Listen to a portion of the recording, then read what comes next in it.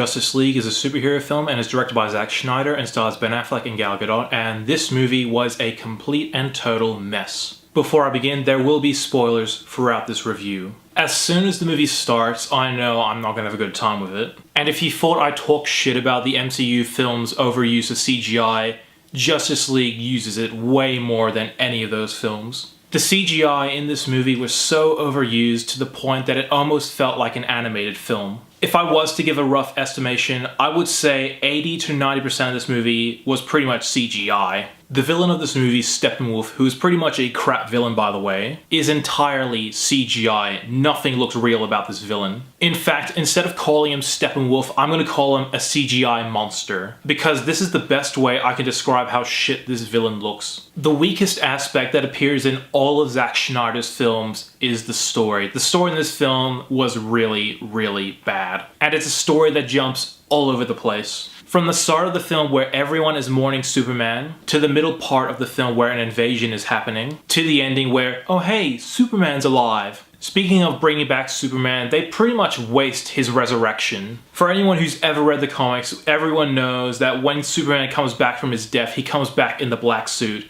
There is no black suit to be found throughout the entire film. And the return of Superman is supposed to be a big deal, but Superman only appears in the movie for a total of 20 minutes. And when he does come back, there's no big news report of, oh hey, Superman's alive, everyone be excited again. Literally all that happens is he comes back, oh hey, you're back, and yeah, business as usual. But the one thing in this movie that I was really looking forward to, the Justice League. And did they deliver? The only three I gave a crap about were Batman, Wonder Woman, and Superman. And do you want to know why? Because they were properly established in previous films. The other superheroes like Aquaman, The Flash, and Cyborg, I don't give a crap about any of them because none of them were properly established. These three characters are just dropped on us in this movie, and we as the viewing audience are supposed to be behind these characters when we have no idea who they are. Unless you're a die-hard fan of the comics and you know who these characters are, it won't be a problem. But if you're an average moviegoer and you have no idea who these superheroes are, you're going to be completely lost because the film doesn't properly flesh out Aquaman, The Flash, and Cyborg. And Cyborg was a wasted character because the way they describe Cyborg's origin is he blows up in an explosion and returns as a cyborg.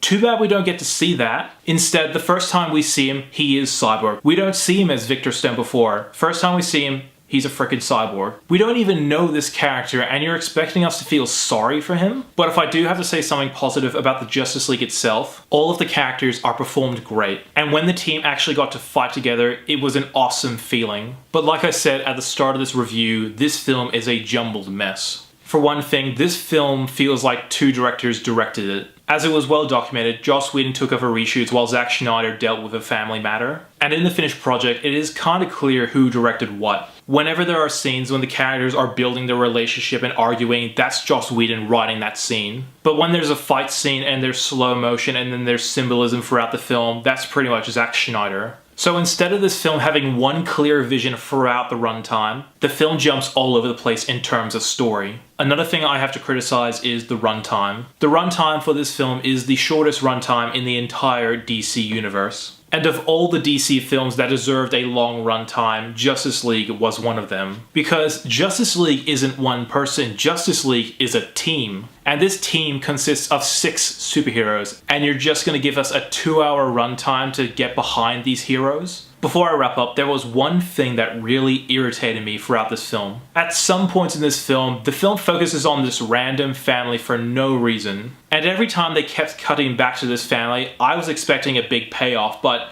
nope.